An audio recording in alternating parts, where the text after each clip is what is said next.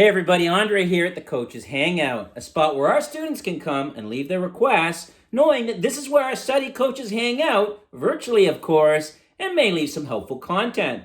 Today I want to talk about a concept called accrued interest when purchasing a bond. And the reason why I want to cover this concept is it's a little bit counterintuitive to what a new student might think. I mean, after all, when you're buying a bond, you're buying it in the hopes of receiving interest income, right? So the concept of accrued interest can be a little counterintuitive. And you'll see what I mean if we take a look at this question together that I've drafted for the purposes of this video. Now, in this question, Jackie's about to retire and she requires regular income. And as a result, she decided to buy a bond with a 5% coupon rate, a $100,000 face value in the secondary market from Fred. And you're being asked upon the sale of the bond, what is true of accrued interest? And when you look at the answers, basically the nuts and bolts of it is who pays the accrued interest to who? I mean, does Fred pay it to Jackie? Does Jackie pay it to Fred? Does the issuer pay it to Jackie or to Fred? You know, what's the case here? So the actual answer I'm going to give you, and then we'll talk through it a little bit because like I said, it's a little counterintuitive. The actual answer is B. The accrued interest is paid by Jackie, who's buying the bond, to Fred, who's selling the bond. Now, as you can imagine, that might confuse Jackie. She might say, well, what do you mean here? I'm buying a bond so that I can earn interest, and then the very next thing I'm hearing is I got to pay accrued interest? That doesn't make a lot of sense initially, so let's talk through it because it does make a lot of sense once you understand it. Now, first of all, you want to know this for the exam. Unless a scenario says otherwise, you want to assume that a bond pays interest semi-annually, which is every 6 months. So let's make a couple of assumptions so we can talk through this concept a little bit. Let's assume that the next interest payment date is July 1st, and Fred's owned the bond for the first 5 months of the year, and then he sold it to Jackie, who's only owned it for about a month, come July 1st. Well, what's going to happen on July 1st is the issuer is going to pay 6 months of interest to Jackie because she's now the owner of the bond. Well, that's not too fair to Fred, right? He's going to say, well, wait, I own the bond for 5 months. Jackie's only owned it for a month, and she's going to get the full 6 months interest payment from the issuer? That's not fair, and of course, Fred's right.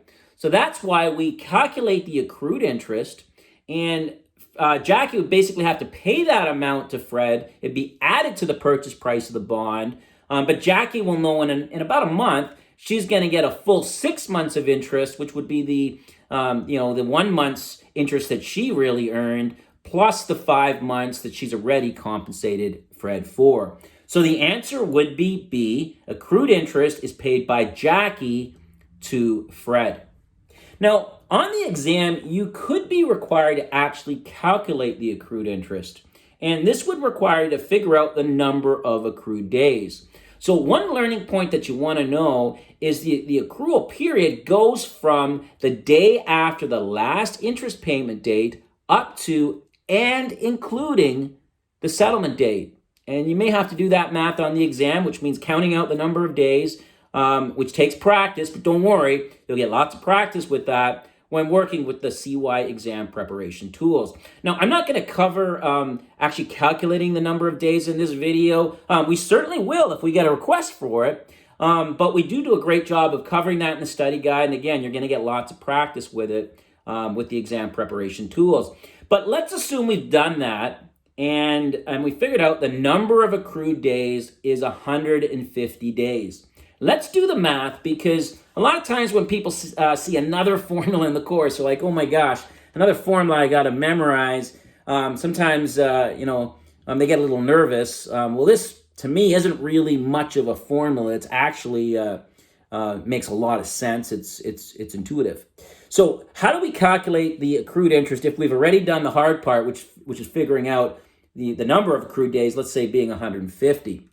What we do is take $100,000, which is the face value of the bond. Now, we use the face value, not the market value. Remember, The issuer will only pay interest on the face value, which is the amount that they borrowed.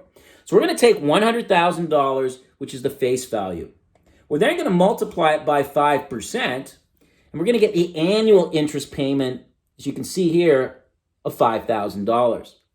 Next, let's divide by 365 days to get the daily interest. And I'm getting $13.69 or $13.70 if you want to round up.